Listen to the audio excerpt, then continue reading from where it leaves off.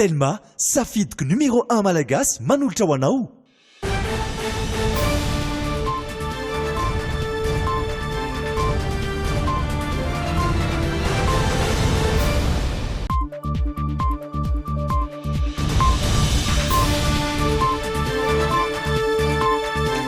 Mirabanao manaraka ny fahitalavitra dromina amin'izao takarivany zoma izao ihany koa ary dia manasanao tahaka ny mahazatra naraka ny fampalam-baovao hatramin'ny farany avy hatrany isika dia hiditra ao anatin'ny alaune.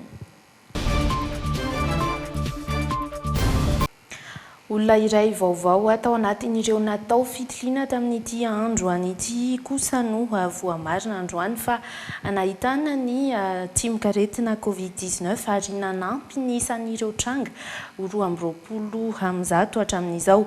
Misasaka ny isan'ireo izay olona nahita fasitranana sy ireo marary mbola tsaboina eny amin'ireo hôpitaly voatokana ao anatin'izany satria dia samy iraika amby 80 aloha ny tarehimarika mamaritra azy ireo manodidina ny 30 isan'andro ny isan'ireo fitiliana izay tanterahany Institut Pasteur de Madagascar raha ny tatitra voarevy any amin'ny fitoeram-pibaikona eny Ivato nanomboka ny alatsinainy lasa teo no nahitana izay isa mikasika ireo olona atao fitiliana izay.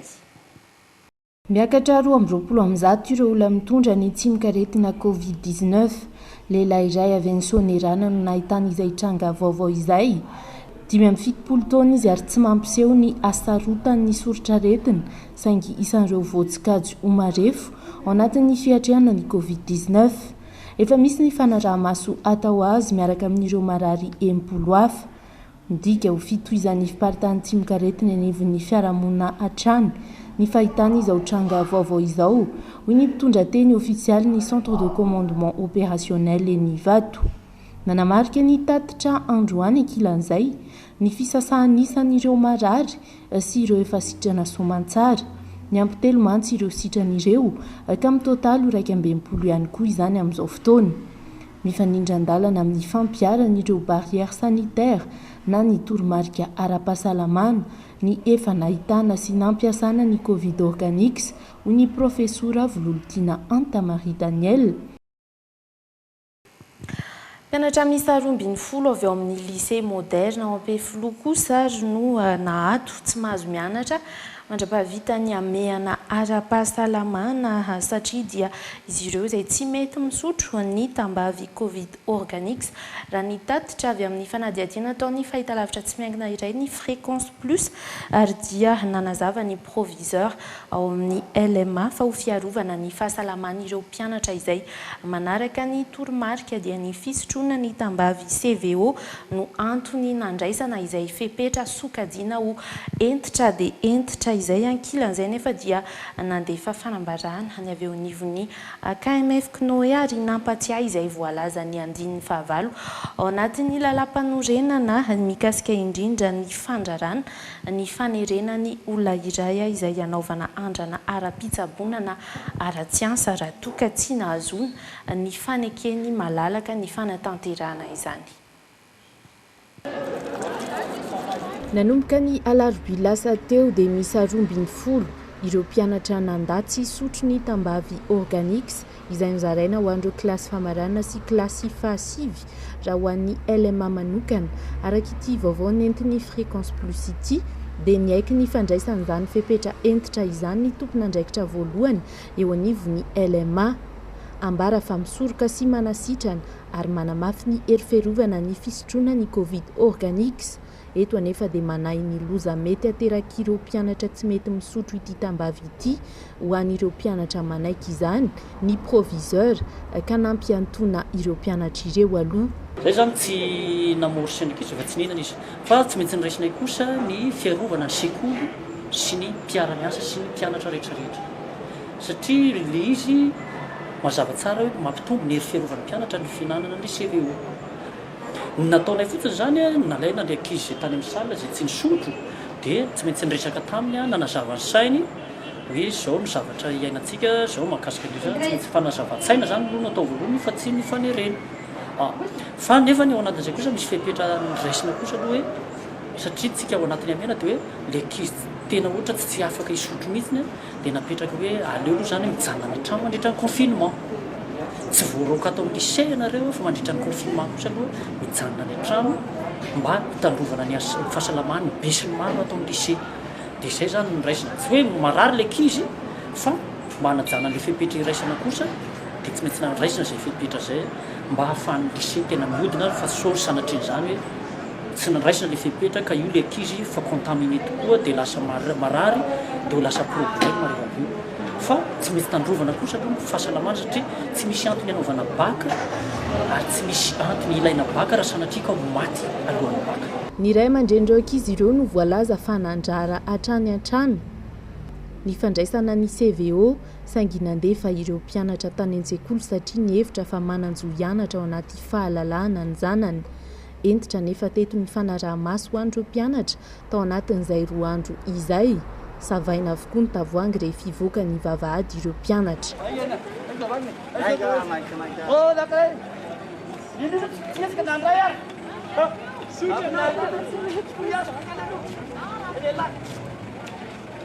Omaly dia isan'ireo nanatevin-darana ireo miantso amin'ny tsy tokony isiany teritery eo amin'ny fampisotroana ny Covid organique ny KMF Knoe fanabeazana olom-pirenena. Ankoatra ny fampatsiavan'izy ireo izay voalaza ny 15 ao anatin'ny lalam-pandrenana mandrara ny fanerena olona iray hanaovana andrana ara-pitsaboana ara-tsiansa raha tsy nahazoana alalana ny fanekena malalaka dia miantso amin'ny tokony ampitsarana ny fanambarana maka endrika serasera politika manodidina ny CVO na avy amin'ny fitondrana na avy amin'ireo milaza azy ho mpanohitra ihany koa ny KMF Knoe. Tokony isy ny fiaonana andatavatra boribory ataon'ireo manam-pahaizana ara-pitsaboana sy mpanao fikarohana ihany koa izy ireo noho ny mahazava-dehibe ny ainy malagasy izay votoatindresaka ao anatin'izao toedrara iainan'ny firenena izao. Mitaky ny ijerena akaiky ny fikarohana eo amin'ny lafiny famokarana, ny fivarotana ary indrindra ny fampiasana ny CVO mba tsy ho gaboraraka sy hanaja ny fenitra voalazan'ny lalàna ny KMF Knoe fanabeazana olom-pirenena. Tsy fanafody kosa fa tambavy no hatsaraina ny Covid organique sara ny faneho-kevitra nataon'ny Akademia Nasionale ny Medicine na izany aza dia milaza izy ireo fa tsy manakana velively ny fizarana ny CVO ho an'ny daholobe takin'ny Akademia Nasionale ny Medicine koa ny sy ny rafitra misana ny fanaraha-maso ireo olona izay efa avy ny sotro ny Covid organique naneho ny heviny ihany koa ny mpikaroka amin'ny fitsaboana nentim-paharazana izay resy lahatra fa manome lanja ho an'ny Madagasikara manokana ny fitsaboana ny zava-maniry ampirisian'izy ireo noho izany ny fitondram-panjakana mba hisehatra eo amin'ny fanohanana izay asa fikarohana izay. Isan'ny nametraka aya tamin'ny fampiasana ny Covid organique ny Académie Nationale de Médecine noho izany 2 andro lasa izay nisy ny dinika fifanakaloza-kevitra ny arahan'izy ireo tamin'ny filohan'ny Repoblika sy ny minisitry ny fampianarana ambony ary ny fikarohana siantifika izay nisolitena ny minisitry ny fahasalamana. Nivoaka ity fanambarana ity taoriana izay. Tambavy no hatsaraina fa tsy fanafody ny Covid organique ho an'ny Académie Nationale de Médecine ary tsy manakana ny fampiasana izany izy ireo. Sosokevitry ny Académie Nationale de Médecine any amin'ny farany ity fanambarana ity kosa ny ametrahana rafitra misana ny fanaraha-maso ireo ny sotro ilay tambavy CVO. Tsy mivoana amin'izay fanambarana ny Académie Nationale de Médecine izay ihany koa ny faneho-kevitry ny holavitry ny mpitsabo eto Madagasikara rehefa tafaresaka tamin'ny mpanao gazety. Arak'izay mahatambavy anazy izay dia lalàna hafa no mitondra anazy zany fa tsy mitovy amin'ny fanafody izay mahazatra antsika ohatran'ny hoe fanafody ohatran'ny hoe Feralga, Valium tsy mitovy amin'ireny zany lalàna fianazy fa lalàna manokana momba ny remède traditionnel amélioré. Rehefa mahazo autorisation izy iny dia azo amidy, azo zaraina fa tsy mila taratasy fanafody avy amin'ny dokotera kosa. Tia tany afrikanina zany tsy mandalo, tsy manana izay lalàna izay tsika tsy maintsy dokotera no mizava azy. Misy karazany maro ny médecine, misy médecine conventionnelle izay nianaranay zany dia iny no anay. Ankoatran'io a misy médecine alternative rehetra, misy médecine traditionnelle anisan'izany tambavy io, misy ny homéopathie, misy ny ostéopathie, misy ny io phytothérapie, misy ny aromathérapie, karazana médecine hafa koa zany reny a zay tsy dia miankina loatra angamba amin'ny zavatra nianarana mihitsy amin'ny médecine ataon'ny dokotera. Manana ny maha izy azy ny fitsaboana nentim-paharazana ary efa manaraka ny fiovan'ny toetrandro, hoy kosa ny Dr Tsimivondry Jean-Claude izay 40 taona nanaovana fikarohana tamin'ny médecine traditionnelle. Amafisiny fa ananantsika ny akora fototra ary manome lanjany Madagasikara eo amin'ny sehatra iraisam-pirenena ny fitsaboana amin'ny zava-maniry. Amporosiany noho izany ny fanjakana anohana izay sehatry ny fikarohana izay. Misy any amin'ny hatrany amin'ny 12 000 espèces ihany eto Madagasikara, kanefa ny voa 2000 espèces ihany no hatramin'izao no voatrandraka sy hita ary natao fikarohana ary tsy fikarohana lalina akory azy. Tsy mitovy ny any ivelany satria ny resaka recherche eto dia tsy manana budget tsika, tsy manana hoe fondsika farany any ivelany jerevana ny fond alloué amin'ny fikarohana amin'ny recherche dia tena mahavariana tokoa, nefa izany mahatonga mampandroso ny firenena anankiray eo amin'ilay hoe recherche sy développement. Fikarohana io zany zava-dehibe tokony apetraka amin'izao androntsika izao. Raha ny tany pikaroka mahery ny 200 eo ny ravin-kazo na fakan-kazo antiviral, izany hoe azon'ny olombelona ampiasaina hiarovan-tena amin'ny otrikaretina. Raha ny momba ilay tambavy CVO kosa, nanomboka ny talata teo no tsikaritra ny fizarana izany isaky ny fokontany sy any amin'ny parvy Analakely manoloana ny lapan'ny tanàna, ankoatra ny fampisotroana ilay Covid organique sy ny mpianatra any an-tsekoly. Mitondra ny anjara biriky ny manoloana ny ady atao amin'ny fiparitahan'ny coronavirus ihany koa ny ireo inspecteur du travail et des lois sociales na ny ITLS nampafantatra izany tamin'ny alalan'ny fandefasana taratasy misokatra ho an'ny filoham-pirenena izy ireo miantso ny fandraisana andraikitra manoloana ny olana hatrehan'ireo mpiasa sy ny mpampiasa fa indrindra ihany koa nefa ireo manoloana ny asa izay hatrehan'izy ireo amin'ny fanaraha-maso ny fampanarahan-dalàna eny anivon'ny toeram-piasana. Arahantsika ny vaovao mifandraika amin'izay.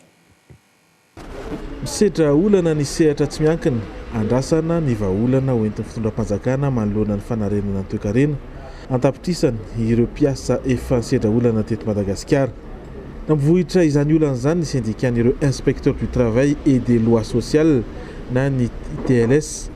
Nanoratra taratasy misokatra ho an'ny filoham-pirenena izy ireo ka ny antsony ny tokony hanamafisana tsy misy atakandro ireo fepetra miantraika amin'ny vantana amin'ny mpiasa malagasy, indrindra ireo mpiasa miasa amin'ny sehatra tsy miankina amin'ny fanjakana izay anjaran'izy ireo inspecteur du travail no miandraikitra azy. Maro ireo antony tarika ny antso nataon'izy ireo. Mafy tamin'ny mpiasa amin'ny sehatra tsy miankina ny vesatry ny sedra ny ainana izay ray volana izay ary mbola hitoy izany. Maro ireo mpiasa no mitaraina amin'ny tsy fanajan'ny mpampiasa ny zon'izy ireo sy ireo fepetra natao hiarovana sy hitsinjovana azy ireo manoloana ny fiatrehana valana aretina Covid-19. Manampitrotraka izany ny fahasahiranan'ireo tompon'orinasa ka mahatonga ny fandraisana fanampahan-kevitra hirosa amin'ny fampiatoana ara-teknika ireo mpiasa. Izany anefa dia tsy ilaozany ny fanararaotana ka maro ireo mpiasa izay tsy voahaja ny zony, hoy Ravelonmatratra Rojo Mampionona filohan'ny syndicat.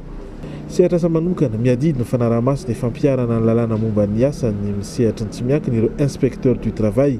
Miompany indrindra koa izany amin'ny fijerena akaiky ny fitandrona ireo zo fototra ireo mpiasa ka anisan'izany ny zo ho voaharo ara-pahasalamana eny amin'ny toeram-piasana. Hatramin'ny taona 2024 anefa dia tsy nisy fandraisana fepetra fampitaovana ireo ITLS ka manao antso amin'ny tokony hanatsarana haingana sy araka ny fenitra ny atao hoe condition de vie et de service sy ny fanavaozana ny sata mifehy azy ireo ny inspecteur du travail. Marihana fa noho ireo toe-javatra ireo dia voafehitra ho 3 amanefatra ny inspecteur du travail manatanteraka amin'ny fanaraha-maso nandritra izay ray volana izay ka miteraka fimenomenomana ireo mpiasa maro amin'ny tsy fahampian'ny fijerena akaiky ny manjo azy ireo ka mety hiteraka korontana ara-tsosialy na explosion sociale izany raha mitohy ho hiatrany ny taratasy misokatra. Piasa miisa 3 hetsy no atahorana idiran-dozaka mety hanaparitaka ny valanaretina eny amin'ny fiarahamonina misy azy tsirairay avy raha toka amin'ny tarazo ny fandraisana andraikitra ary ahina hiafara amin'ny fikorontanana ara-tsosialy sy ara-toekarena izany hoy ny taratasy misokatra. Fa nifampiresaka tamin'ny alalan'ny horonan-tsary ampitaindavitra na ny vidéoconférence momba ny fiatrehan'ny firenena roa tonta ny fiparitahan'ny coronavirus ny filoham-pirenena malagasy Andrinirina Rajoelina sy ny filohan'ny Repoblika Demokratika ny Congo Félix Tshisekedi nizarany ahiahy ny momba ny fitombon'ny isan'ireo olona voan'ny coronavirus ao amin'ny fireneny ny filoha congolais izay resy lahatra fa fotoana tokony iroson'ny tsirairay avy eo amin'ny fitrandrana ny vokatra ananany any an-toerana hiadina amin'ny coronavirus izao fotoana izao miantso namany mpitondra afrikanina hafa itoky ireo siantifika ao amin'ny fireneny ihany koa ny filoha congolais nandritra izany ihany koa nefa no niarabany ny vahoaka malagasy niara-nisa lahy tamin'ny fampiasana ilay tambavy Covid organique. Izany koa no iampitana ao anatin'ny maresaka avy any ivelany manodidina ny 50 ny andrana atao amin'ny olombelona ny essai clinique fikarohana vaksiny fanefitry ny Covid-19 maneran-tany ny ao États-Unis, ny any Royaume-Uni, ny any France ary izao indray ny any Allemagne no anatanteraka izany olona 200 no nilatsaka antsitrapoa naovana izay andrana amin'ny vaksiny izay karohin'ny orinasa BioNTech izay. Des essais cliniques d'un vaccin contre le coronavirus vont être lancés en Allemagne par la société BioNTech. Any Allemagne no anatanterahana ny essai clinique ho an'ny vaksiny fanefitry ny coronavirus. Ny orinasa BioNTech miara-miasa amin'ny laboratoire américaine Pfizer no iandraikitra ny dingana fanandramana.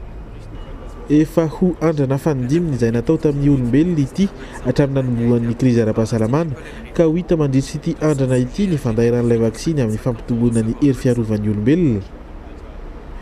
Nankatoavin'ny Institut Paul Ehrlich ny fanatanterahana ny essai clinique ity ka olona miisa 200 no nanaiky no atao vaksiny. Fomba iray hitarafana fa mandeha ny fikarohana aty Allemagne saingy tsy maintsy afaka volana maro vao hita ny vokatra voalohany. Mandidina ny 50 mitetika asa vaksiny hiadina amin'ny coronavirus maneran-tany. Anisan'izany ny fikarohana iray atao amin'ny universitén'i Oxford any Royaume-Uni ka manomboka ny alakamisy izao no hanomboka ny essai clinique ry zareo anglisy.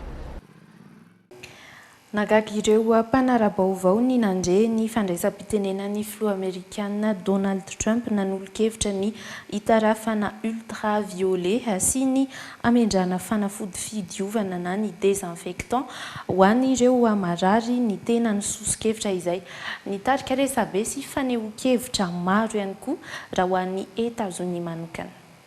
Namoaka io fanambarana io i Donald Trump taorian'ny famelabelarana nataon'ny lehiben'ny fikarohana siantifika Bill Bryan. Nanambara ty farany fa tsy miaina anaty maripana ambony sy misy hamandonany tsy mikaretina hanika nandrososi-kevitra avy hatrany i Donald Trump ny amin'ny hitondrana ultraviolet any anaty vatana. So supposing we hit the body, azo heverina ve ny mampiditra hazavana be amin'ny ultraviolet na asa jiro be any anaty vatana? Mety ho andramana zany hoy Donald Trump mitodika amin'ny Bill Bryan na mandritry ny valandresaka. Azo atao ivelan'ny vatana eo amin'ny hoditra koa izany na fomba hafa fa hanao fanandramana nareo hoy hatrany ny tenany. Tsy nitsahatra teo anefa nisy osikevitry ny filoha Amerikanina fa nitohizany ny resaka nataony. right? And then I see the disinfectant where it knocks it out in a minute. 1 minute. Certo fa mahafaty tsy mikaretina anaty 2 minitra ny désinfectant. Mety misy fomba hanaovana zavatra tahaka izany ve tahaka ny hoe tsindromina any anaty vatana. Hitanareo fa miditra anaty fitaovam-pisefoana ny virus ka tokony hojerena akaiky izany. Tsy afaka tsindromina ny amin'ny avokavoky ny marary ve ny désinfectant. Tsy maintsy manontany hevitra ireo mpitsabo isika fa hitako hoe azo jerena izay hevitra izay. Tsy nanampy fanazavana mikasika ny désinfectant na ranom-panafody azo ampiasainy Donald Trump fa tsy naharitra ela akory ny fanehoan-kevitra hafa. Teo amin'ny toerana nanaovana ny valandresaka dia hita ho sadaikatra mpikambana iray eo amin'ny task force miady amin'ny Covid-19 ny Dr Birx anisan'izany koa ny mpitsabo raisam-pirenena izay nanambara tamina fahitalavitra amerikanina fa tsy mendrika no sady mitera-doza ny sosikevitra fampidirana désinfectant amin'ny olombelona. Ny olona mikasa hamono-tena hoy izy no mampiasa n'izany. Nanambara ihany koa ny candidat démocrate Joe Biden tamin'ny alalan'ny Twitter fa tsy mila ultraviolet sy désinfectant aloha ny amerikanina fa fitiliana sy fitaovana fitsaboana. Efa fanaon'ny Flo Trump ny manao fanehoan-kevitra manokana tahaka izao. Efa nankatoa ny fampiasana hydroxychloroquine ohatra ny tenany saingy tsy mbola ampiasaina ny antoerana aloha ity fomba fitsaboana ity.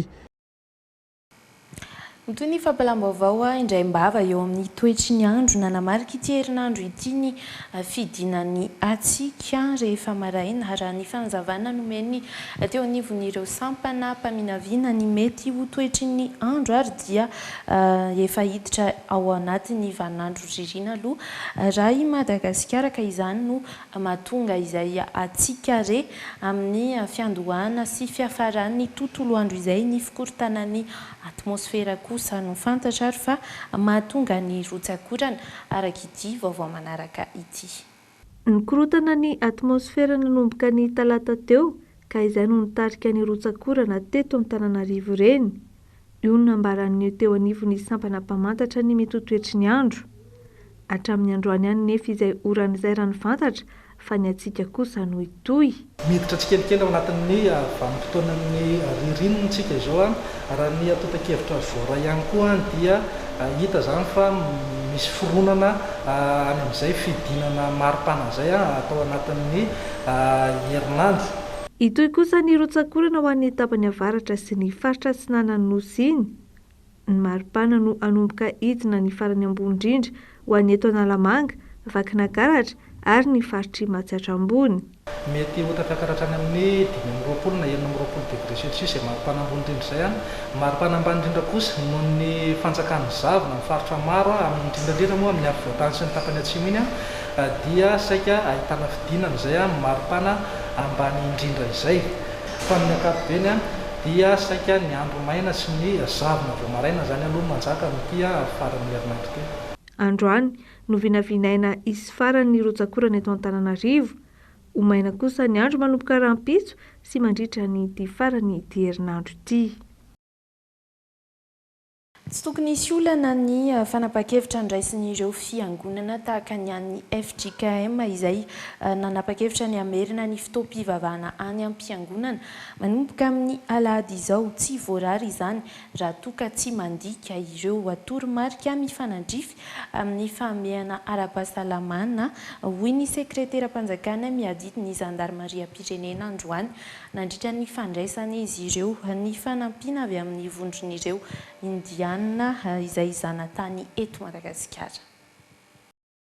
Tsy misy fanoherana ny fanambarana nataon'ireo antokom-pinoana nanapa-kevitra ny amerina ny fotoam-bavaka hoy ny sekretera-panjakana miadity ny zandarmaria. Mila atao manaraka ireo toromarika efa napetraka kosa nefa ny fanatanterahana izany raha ny fanazavana. Dia hatreto zany aloha dia tokony tsisy olona iny miteneny ny président ny FJKM iny fa na izany na tsy zany ny ao amin'ny FJKM zany resaka tamin'ny président ny FJKM fa tsy manisy olana zany mihitsy izy araka ny mety hoe fanaratsiana ataon'ny olona ny amin'ny Facebook sy ny sisany rehefa ohatra moa tenenina hoe tsy mahazo manao an'io zany nareo dia teny izy fa hatreto tsisy nandrara mihitsy zany hoe tsy azo atao iny nataony ny président ny FJKM iny zany fa manaraka ny fepetraratra zay natao iny lazaina. Nanao fanambarana ihany koa androany maraina ny filohan'ny fiangonana loteriana malagasy. Voalaza tao anatin'izany fa afaka manokatra fiangonana izay tena tsy afaka hiandry ny fisokafana tanteraka manerana ny sahany FLM. Tsy maintsy miomana sy manomana ny fisorohana ny coronavirus ho fanajana ny fanapa-kevitry ny filoha malagasy. Tsy maintsy manana lamina mazava mba tsy hisy ny fikorontanana sy ny fahatafitohinana. Tsy maintsy manana lamina mazava sika mba tsy hisy fikorontanana sy fahatafontroina. Aoka izay anokatra fiangonana mba hanatona ny fahefa-panjakana akaiky azy indrindra mba ho fanajana ny fepetra rehetra misy. Andrasana avy any amin'ny primatiora kosa ny didim-panjakana fampiarana izay fahalalahana miverina am-piangonana izay ho iatran'ny jeneraly Ravalomanana. Ny zandarmaria-pirenena izay naneho hatrany ny fahavononany hanome tosika ny fitondram-panjakana amin'ny fampiarana ireo toromarika rehetra izay napetraka. Raha ny voalazan'izy ireo nandritra ny fandraisana ny fanampiana avy amin'ny kongregasion'ireo indianina teratany malagasy izay nanome fanampiana ho azy ireo androany. Taxibe miisa 20 anatin'ny zotra G no nametrahana ny fitaovana fanarihan-diana ny GPS misy ihany koa ny centre de contrôle izay ivitoerana natao anara-maso azy ireny hanamorana ny fifandraisana amin'ny mpitandro ny filaminana rehefa misy ameana na fanafiana izany tafiditra indrindra ao anatin'ilay tetikasa amafiso na ny etsika ankapobeny izay mitondra avy ny fitaterana sy ny fiahina ara-tsosialy tanterahana isan'andro ato anatin'ny 5 andro kosa andanin'izay ny famindrahana fanafody ho an'ireo fiara fitateram-bahoaka ka voakasika izany avokoa ireo izay mifamezivezy na ho an'ny eto andrenivohitra na ihany koa ireo kooperativa mampitoy an'Antananarivo ivelan'ny renivohitra. Tanjona ny fanatsarana ny fifamoivoizana eto Madagasikara ho an'ny tetikasa amafiso na etsika ankapobeny mitondra avy ny fitaterana sy ny fiahina ara-tsosialy. Ao anatin'izay ihany koa ny fampidirana eo amin'ny sehatry ny ara-drafitra ireo misana ny fitateram-bahoaka. Mitotaly 304 ary ny fiara fitateram-bahoaka ametrahana fitaovana fanarahan-diana GPS. Isan'izany ireo taxibe miisa 70 ao amin'ny zotra G. Mifanindran-dalana amin'ny GPS ny fisian'ny centre de contrôle ka ahafahan'ny teknisianina mampatsiahy ny boky nandraikitry ny fitaterana amin'ny mpamily sy ny resevera. Eo ihany koa ny fanamorana ny fifandraisana amin'ny mpitandro ny filaminana rehefa misy ameana na fanafiana amin'ny alalan'ny bouton panique GPS. Eo amin'ny GPS indray moa zany hoe raha misy ny accidenté tsy chauffeur foana ny diso anatin'izy fa matetika mantsika zany hoe rehefa accidenté ny tomobile de hoe io ndray le chauffeur na taxi be io ndray fa mamy zao reo ohatry zao zany fa am'izao zany efa mba voaporofo am'izay fa hoe manana porofo vaingany zay fa hoe marina zany zay sa diso ao anatin'ny resaka accident. Rehefa miasa dia tsy maintsy manao kasibosy ary tsisy pasager mandeha manao kasibosy. Ankoatra ny aroloza ny fifamoivoizana, manandanja ny fitandrona ny fahadiovana isoroana ny fianaky ny coronavirus. Arak'izany, atao isan'andro mandritra ny 15 andro, manomboka amin'ny 2 ratolak'andro ny famindrahana ranom-panafody amin'ireo fiara fitateram-bahoaka, zotra urbaine sy suburbaine. Mandritra n'io désinfection io dia misy an'ilay fizarana arovava ataon'ny association fitia dia mahazo 4 isaky ny fiara, 2 ny an'ny chauffeur, 2 ny an'ny receveur. Dia omena koa zareo gel tavoahangy ray dia ampiasaina mandritra ny 2 andro satria moa mbola tapakandro mahery kely eo ihany no iasantsika amin'izao fotoana zao. Tsy tokony ho tafiditra ao anatin'le taxi be ny mpandeha raha tsy manao arovava. Ny mpandeha koa zany dia tokony ho sarotiny raha misy olona tsy manao arovava eo akaikiny eo. Fa reny zany dia azon'ny mpitandro ny filaminana atao mihitsy mampidina an'ireny olona reny raha tsy manao arovava izy. Namafisin'ny tale generalin'ny ATT fa zava-dehibe ny fanajana ny fepetra ara-pahasalamana amin'izao 15 andro voalohany ny fisokafana tsikelikely ny fitateram-bahoaka izao.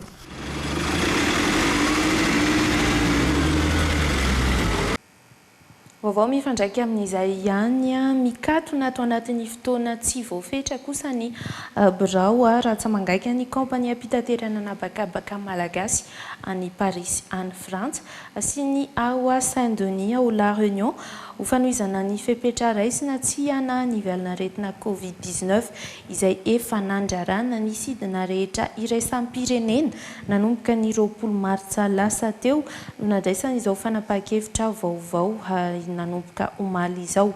Mitoetrany kosa nefa ny sidina anatiny raha ho an'ity kompania mpitaterana anabakabaka malagasy ity.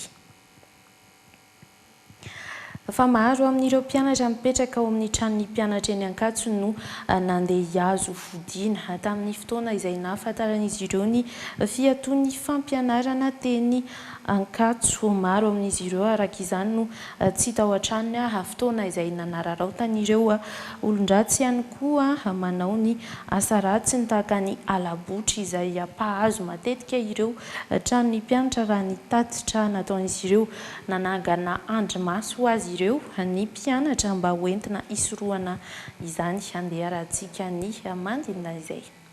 Tranon'ny mpianatra maromaro no nisy namaky nandritra izay fotoana ny fiboahana izay. Ireo kojakoja tsy zakan'ny mpianatra nody no lasan'ireo mpanao ratsy tamin'izany.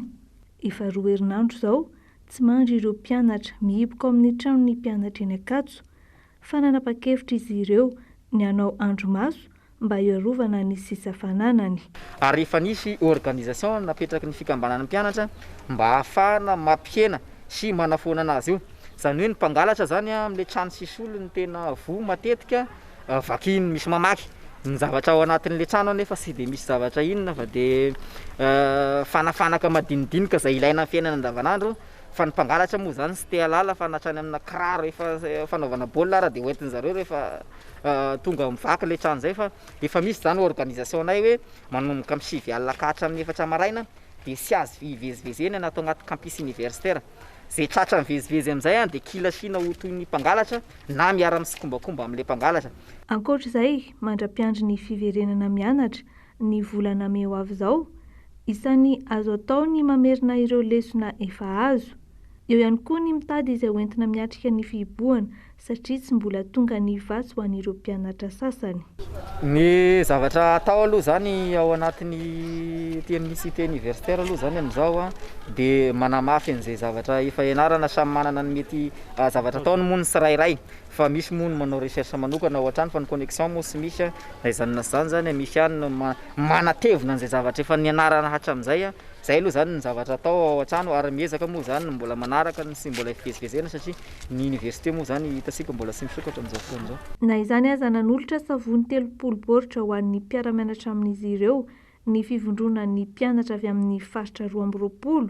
Izao no tontosany ny fifanomezan-tanana tamin'ny samy mpianatra mbola miantso vonjy avy amin'ny fitondram-panjakana hatrany ireo mpianatra tsy afaka namonjy fodiana amin'ny hoentina hiatrehana ny fiverenana amin'ny laoniny ny fiainana andavanandro. Na ny mpitan-dranomasina aza manohana ny malagasy hiady amin'ny coronavirus ihany koa ireo mpilalao anatin'ny ekipam-pirenena ny Bareny Madagasikara ny santatra izany Ifaneva Imaka nanolotra avy amin'ny kitapo anohanana ireo olona tena sahirana nanaraka azy ihany koa i Melvina sy Fontaine niara-niasa tamin'ny fikambanana teto an-toerana izy ireo mba amokarana ny arotava. Androany kosa ny holavitry ny mpitsabo no nahazo ny anjara fanampiny avy tamin'ny Abel Anissé izay kapiten'ny ekipam-pirenena malagasy. Mitentina 7 tapitrisa ariary ny vola tokany Abel Anissé kapiten'ny Baré anampinan'ny Madagasikara hiatrika ny ady amin'ny coronavirus. Ankoatra ny fokotany Antsahameva izay nalehibe ny Abel Anissé, mahazo anjara amin'izay toanara-bola izay ny teny amin'ny La Réunion kely, ny mpitsabo ary ny mpitandro ny filaminana. Ny solon-tenan'ny Abel Anissé ny reniny sy ny mpanakanto vitsivitsy nanolotra ny fanampiana teto Tsimbazaza misy ny holavitry ny mpitsabo.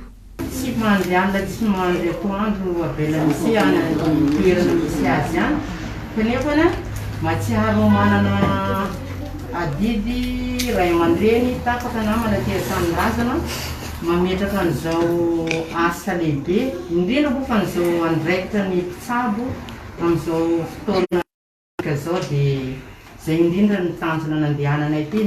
Na any ampitan-dranomasina azy tsy nanadino fa nitondra ny anjara biriky anohanana ny malagasy iray tanindrazana aminy ireo mpilalaon'ny Baré. Efa nanome vary 50 kitapo ohatra ny kapiteny taloha Fanevima anampiana ny fianakaviana sahirana mandritra izao vanim-potoana ny famehana ara-pahasalamana izao. Voatsela ihany koa no niara-niasa tamina fikambanana teto an-toerana i Melvina Adrien sy Thomas Fontaine ka samy nanolotra arovava miisa 10 mihetsy ho fanohanana ny malagasy amin'ny fisorohana ny fibaritany valanaretina coronavirus.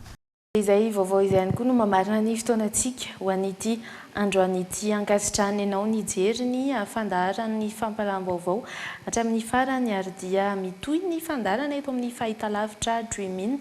Ny tena kosa dia manome fotoana ho anao ho amin'ny rahampitso amin'ny ora tahaka izao hatrany. Veloma tompoko.